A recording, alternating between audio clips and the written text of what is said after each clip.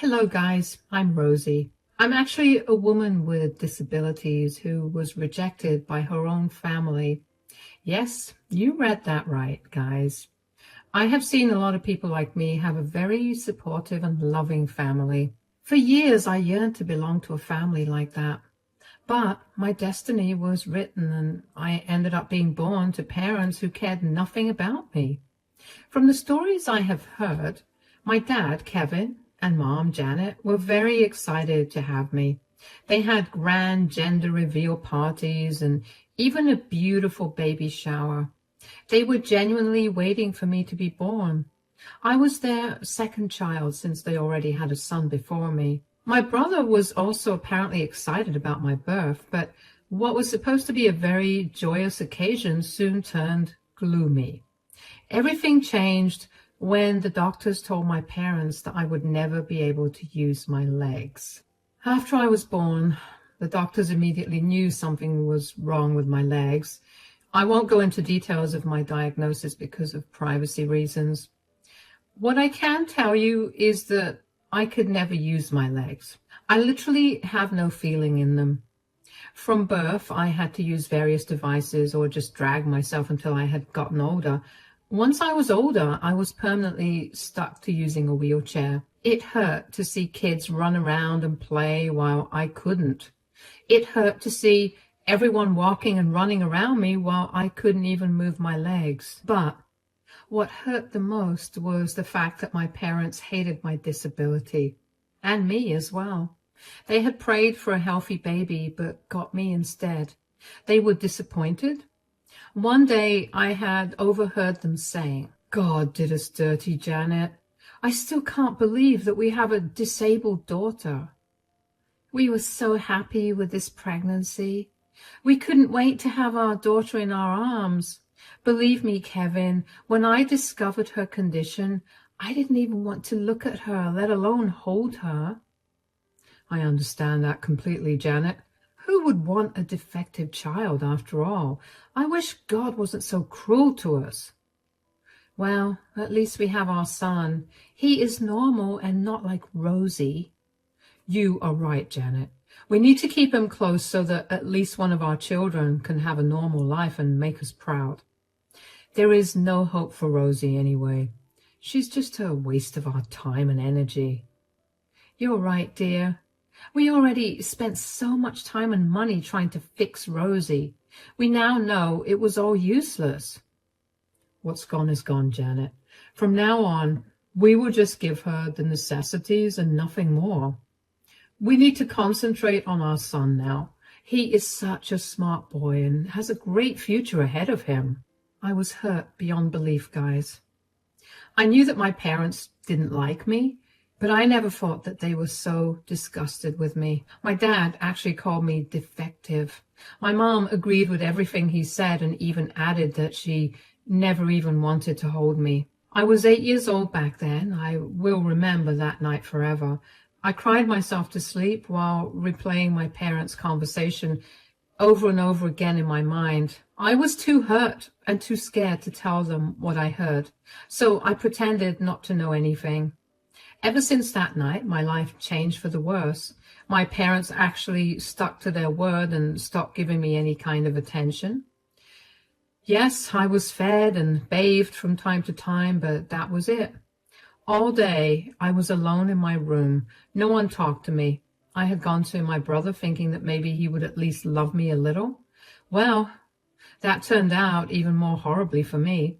He made fun of me and called me names. He also said that he was ashamed of having a disabled sister and wished I was never born. He has even called me an embarrassment.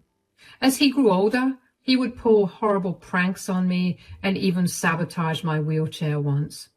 My parents refused to buy me a new one because apparently they didn't have money, but they had money to gift my brother a car when he barely graduated school. It was my Uncle Stephen who took pity on me and bought me a new wheelchair. Now, let me tell you a little about Uncle Stephen because he is a very important person in my life. He is my dad's brother and a widower. He lost his wife and unborn child during childbirth. He never remarried and was content living alone. Uncle Stephen absolutely adored me and loved me like his own daughter. He was furious with my parents because of how they treated me. Unfortunately, he could never call CPS because what my parents did was mostly mental abuse, and I didn't have the heart to see them suffer. So I begged my uncle not to do anything. Uncle Stephen instead did his best to take care of me. He was more of a parent to me than my own parents. Uncle Stephen was the one who took me in when my parents forced me out of their homes. And when I turned 18, my parents just started to pack my bags and said that they were going to kick me out if I didn't leave on my own. I begged them not to do this. I was weak and vulnerable and didn't know if I could survive on my own. I was hysterical with tears, but they didn't listen. So I called Uncle Stephen for help. Uncle Stephen tried to talk to them, but they said, "We are tired of taking care of a disabled girl. We cannot do this anymore, Stephen."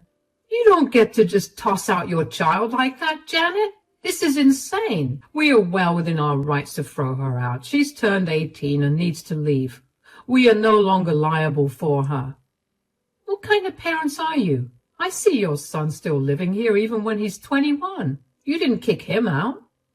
"Don't compare my son to that defective child, Stephen. My son is just going through a tough time and we are supporting him. He will be able to take care of himself eventually." "Yeah, that can't be said for Rosie. She will always be a burden." No, I won't be a burden. I swear. I will somehow find a job. I have good grades and my parents simply started to laugh at that. I was desperate for their love and shelter. And despite everything, I didn't want to be separated from them. My disability didn't let me make friends in school. My brother also spread rumors about me and made fun of me, so I was nothing but a loser in everyone's eyes. So I didn't have anyone except my parents and Uncle Stephen. I cried and begged my parents not to throw me out like trash. I was so scared and didn't know what to do. I was willing to immediately look for jobs somehow and contribute to the household. I thought that maybe that would make them let me stay. But to my horror, they started to laugh at me and said, "Are you delusional as well, Rosie? Who on earth would give you a job?" "Even if you have a job, I would be stuck taking you places and looking after you. I have already done enough for you these past 18 years. I won't be helping anymore." "Yeah, stop being so selfish and give us a break. You can already see how worried we are about your brother. We spent so much time looking after you that we neglected our son. Now his A+ performance has been dipping." "That's right. He needs our full attention now. You need to leave and find your own way. Maybe get yourself into a homeless shelter and live off money from government assistance." The way my parents talked to me absolutely destroyed me from the inside. That day, I truly realized that my parents cared nothing about me. They just wanted to get rid of me because I was nothing more than a burden. Their golden child was suffering and they wanted to help him instead of helping me. My parents even suggested that I go to a homeless shelter. That was the turning point in my life. Two things happened after they said this. One, I realized that my parents were horrible people. And two, that my Uncle Stephen was nothing but a sweetheart. He went crazy on my parents and said, "How dare you say that? What is wrong with you? You two want to send your own daughter to a homeless shelter? How can you be so heartless?" "That's easy for you to say, Stephen. You weren't given the opportunity to have kids. How would you know what we're going through?" Wow. That was a low blow, Kevin, but I am not even mad because I expect that from you now. If I was blessed with children, I wouldn't have treated them like you do. If you think you can be such a good parent, why don't you take Rosie's responsibility? You can take her and keep her. Maybe that's what I will do, Janet. You know what, guys? Rosie doesn't need you anymore. She has me, and I will take care of her. She needs someone who actually cares about her, and not someone who throws her out at the first opportunity. Uncle Stephen did just that, guys. He took me in and continued to look after me like his own daughter. He was really hurt by how insensitive his brother and sister-in-law had been to me, but he set aside his own hurt to comfort me. I was a mess and actually needed intensive therapy to gain any self-confidence. It took me a year, but my mental health improved significantly. Uncle Stephen even became the parent that I never thought I would have. He also employed a trained nurse to help me navigate through my disability so that I could live alone when I was gone. Those weren't the only things that Uncle Stephen did for me. He was a pretty well-off man who had his own business. It wasn't a big one, but not a small business either. He offered me an accounting job at his company after training me himself. I was a fast learner in school and had good grades right until I graduated, so learning new things was super easy for me. I took the job and worked hard to make a living for myself. I also made a lot of friends at work who were lovely people. Eventually, Uncle Stephen also gave me a few of his assets, which were shares in other companies. I cried hard that day because no one had been so helpful to me. My own parents spent thousands trying to get my brother into a college, but didn't even bother replacing my malfunctioning wheelchair. Speaking of my parents, they continued their life as usual. Their golden child was at home and destroying their savings. After realizing that he was the golden child, my high-achieving brother actually stopped putting effort into his studies. He started to party and got into drugs as well. As school progressed, his grades declined, and he actually had a horrible GPA when he graduated. My parents, instead of being more strict, celebrated his graduation and even bought him a car. Then they gathered money to try and get him into college through donations. Well, that failed because my brother no longer wanted to go to college. He was happy living off my parents and enjoying his horrible lifestyle. Meanwhile, I got my life together with Uncle Stephen's help and also bought a small house for myself. All these happened in a span of 8 years, and in those 8 years, I didn't talk to my parents and they didn't bother reaching out. But 8 years later, my parents finally reached out to me. And before I get to that part, I need to tell you what I heard from Uncle Stephen first. He came to see me one day and looked a little glum. I was confused about his sudden visit and his sour mood. I immediately asked him, "Has something happened, Uncle Stephen? You don't look very happy." "Yes, something did happen, Rosie. I think you should know about it too." "What is it, Uncle Stephen?" "Your brother has gotten into an accident. Your parents called to tell me about it. Looks like he's about to lose his limbs." "What? How did that happen?" "He was driving drunk and crashed very badly with a truck. The truck was unharmed, of course, but he wasn't in good shape. From what they told me, his legs were badly damaged. They won't be amputated, but he will never be able to use them again." I was in shock to know what had happened to my brother. Initially, I did feel bad because, after all, he is a human being and I did love him at some point. But as soon as Uncle Stephen told me the entire story, I'm sorry to say I didn't feel much. He was driving drunk and could have easily harmed someone else or, in the worst case, caused their death.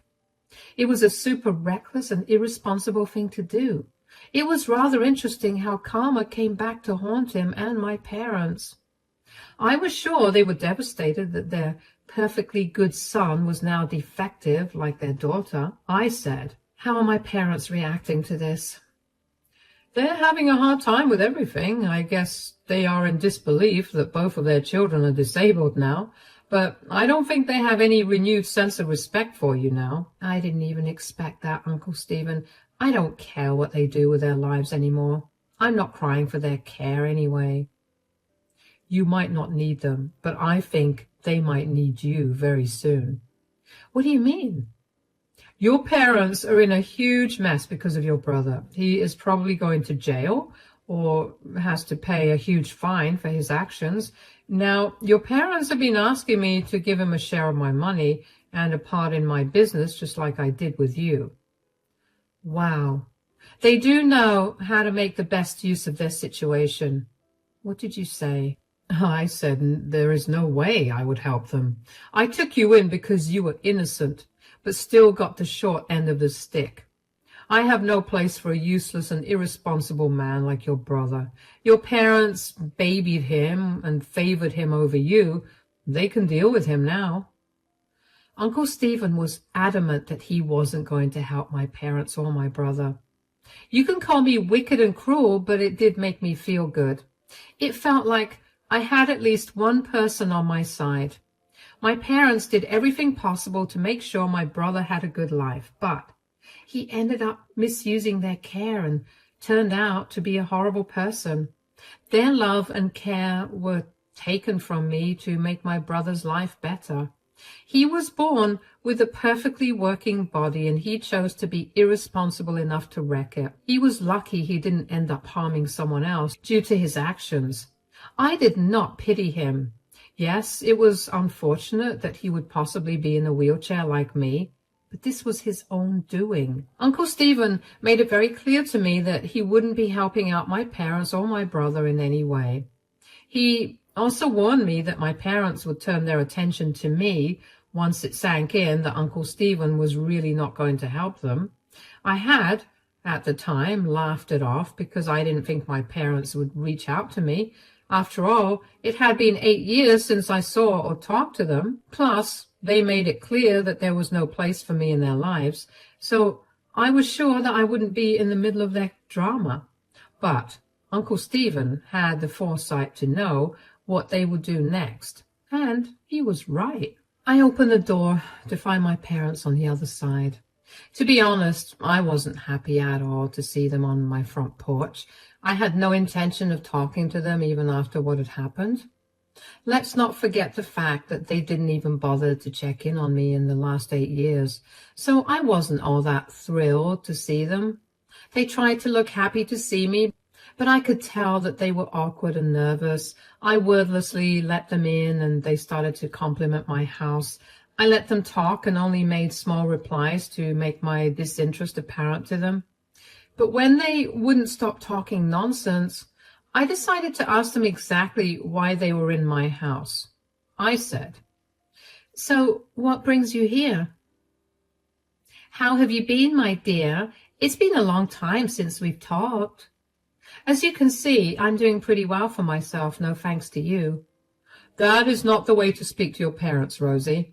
We are happy to see you do so well for yourself." "Yeah, we have been missing you at home. Our lives have changed so drastically since we last saw you. I guess you have heard what happened with your brother." "Yes, I have heard what had happened to him. He should have known better than to drink and drive like a madman." "What can we say, Rosie? He made a small mistake and is paying for it in a horrible way. My heart breaks for my poor boy." "What happened to your brother is absolutely bizarre. We never expected this to happen, Rosie." "I am surprised by this outcome as well. I hope he's doing okay." "Well, he's having a hard time making peace with his new situation. You can understand that, I guess." "How on earth will I understand that, Mom? I was born this way, remember?" I was really getting irritated at the way they were talking about my brother.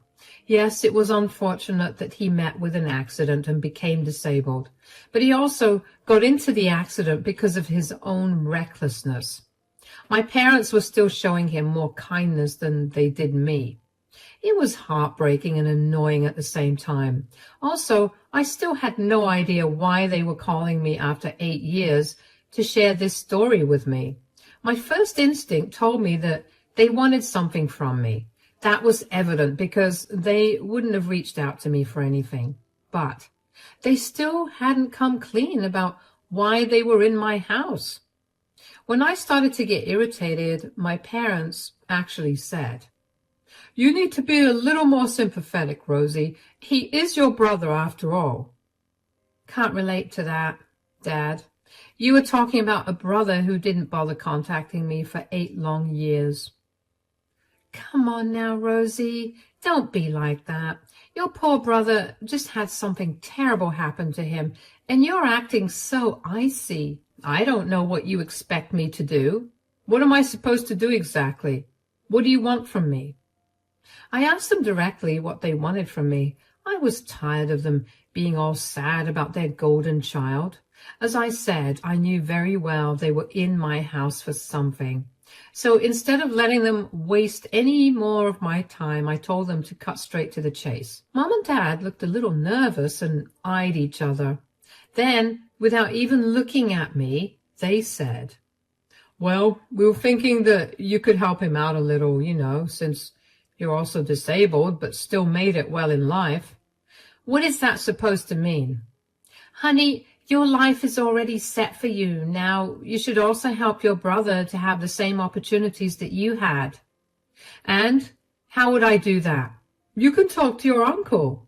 Stephen gave you a nice share of his assets and even a job at his company because you are disabled. Now that your brother's disabled too, he needs to step up and take him under his wing as well. I stared at my parents for a second before bursting out with laughter. I know some of you may criticize me for being so mean and dismissive, but I just couldn't help it. My parents' expectations made me burst out from laughter. I was right, guys. They were in my house for something. They wanted me to set my brother's life just like I was able to set mine. This was bizarre on a lot of levels. I couldn't believe that my parents were comparing me to my brother. I said, "Do you really think my brother should get handouts now?" "Why not? You got handouts from Stephen just fine. Why can't your brother get them too?" "I didn't get handouts, Dad. I worked hard in whatever position I was employed in. Also, Uncle Stephen gave me some of his assets because you two cut me off without any consideration." "How does it matter? You got way more than what we could give you." "That is not the point, Mom. Having your own parents cast you out of their homes is horrible. Your son will never feel that because you gave him all the love and care in the world." "You need to stop being so jealous of your own brother, Rosie. We couldn't care for you because of your problems. You can't blame us for wanting an easier life." "Yeah, having a child with disabilities is really difficult. So you two just decided to cast out the child and live your lives like everything is okay. Well, guess karma did come for you because your golden child is also disabled now." My parents looked down in shame because they knew I was right. I didn't like telling them these things, but it was satisfying to confront them in whatever way I could. Mom and Dad looked uncomfortable and then tried to say, We understood that we were wrong, Rosie. That's why we came back to talk to you." "Oh, please, Mom. I know very well that you two didn't come back because you were sorry. You just want me to help out your golden child because now he is more useless than he was before." "You can't talk about your brother like that, Rosie. He is in an unfortunate situation, so you need to help him out. He is in your position now." "No, he is not in my position, Dad. Your son drunk drove and got himself in this situation. His bad decision in life got him into this situation. And no, he is not like me. He wasn't unloved and thrown away like you did to me." "We already said that we were sorry for that, Rosie. Please just help your brother out this time. We don't know what to do anymore." "Yes, please just forgive us and help out your brother. We are your family, so you should be helping us out." Guys, I couldn't hold my laughter anymore. After 8 years of no contact, they were back in my house and talking about how we were a family. You must understand why I laughed like that. I just couldn't help it. They were willing to go so far for their golden child that they even said that they were sorry. All this for a worthless man who had no regard for anyone other than himself. I laughed and said, "You have some nerve telling me that we are family. As far as I know, families don't kick their kids out and cut contact for 8 years. "That was so long ago, Rosie. You need to move on and forgive us. We need your help." "Nope, I'm not going to help you. You can take it up with my uncle, which I know you have. I also know that he denied helping your golden child, so there's nothing you can do now. I made sure that my parents knew that Stephen had told me everything. I don't know if they had expected that, but they sure did think that I would be able to change his mind. My assumption was right as well, because my mom said, "We're sure Stephen will listen to you, Rosie. For some reason, he's very attached to you and loves you like his own. Please, just talk to us. Do it for your brother." My brother? You mean the man who constantly bullied me, made fun of me, and told me that he never wanted a disabled sister? He's very sorry about those things, Rosie. Trust me. He understands now how horrible he was to you. I don't care, Dad. The damage is done. Besides, your worthless son won't be able to qualify for any job in Uncle Stephen's company. He is a loser, after all. I got a job only because I had good grades in school and didn't waste my time going to parties, unlike your useless son. But there must be some way, Rosie. Your brother needs money to pay the fine for his DUI. The courts will send him to jail if he doesn't pay up. Why can't you help him pay, since he is your everything? We already spent a lot of money on his medical bills and lawyer fees. This isn't his first run-in with the law. We spent a lot of cash on him and don't have anything left to give him. So you thought it would be a good idea to dump him on Stephen. Well, that won't work since he already said no. Why don't you help him out? You don't have a family or anything, so you must have a lot of money saved. You can just sell some shares and give him the money. Maybe you can take care of him from now on. Yeah, you are alone anyway, so having your brother for company will probably be good for you. You need to think about all these things and help out your brother. Yeah, no, that is not going to happen. I would rather die alone than have you and my brother's company. And I won't give up my hard-earned money for a loser who had ruined his life due to his own choices. Now that I have made it clear, you two can see yourselves out. Those were some of my final words to my parents before I got them kicked out of my house. They were in tears and begging me to help them out. Yes, they were slightly more concerned about themselves than my brother. After enabling his horrible behavior for years, they wanted to get rid of him when he found himself in a bad situation. They were trying hard to dump him on me and Uncle Stephen and wash their hands of him. But that wasn't going to happen. I wouldn't be helping them, and they would have to come up with their own solutions. My parents tried to beg, yell, and even threaten me to get me to change my mind. However, I made my stance clear and kicked them out of my home.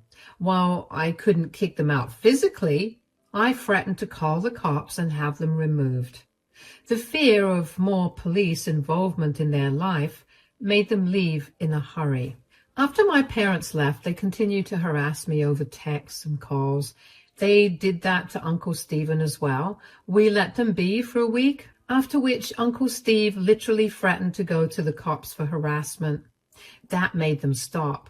Family members who reached out on their behalf were swiftly told to mind their own business and help them out if they were feeling so charitable. That stance shut them up pretty quickly. To my surprise, a lot of family members actually agreed with my approach and said that I did what was best for me. They didn't deserve my forgiveness, especially after they abandoned me with so little regard. It made me feel quite validated since I had little to no support throughout the years. I don't blame my extended family because no one knew the extent of my parents' abuse. Now that I had told them the whole story, they sided with me and cut off my parents. They were sorry that they believed my parents' version of events and didn't reach out to me sooner for clarification. I forgave them happily.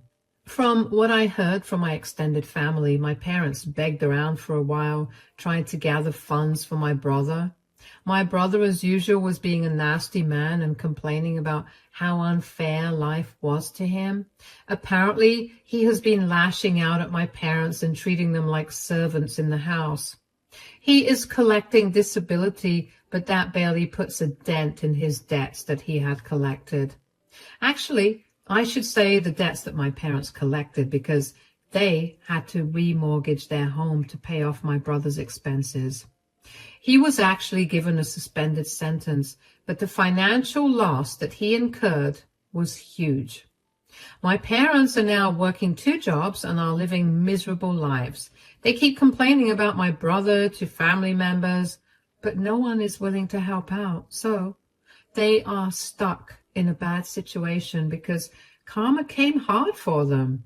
As for me, I'm happy to have Uncle Stephen as my closest family. Unlike what my parents thought, I am actually going to marry my fiance next year. So I'm all set to begin a new life and have a family of my own while my parents and brother are paying for what they did to me.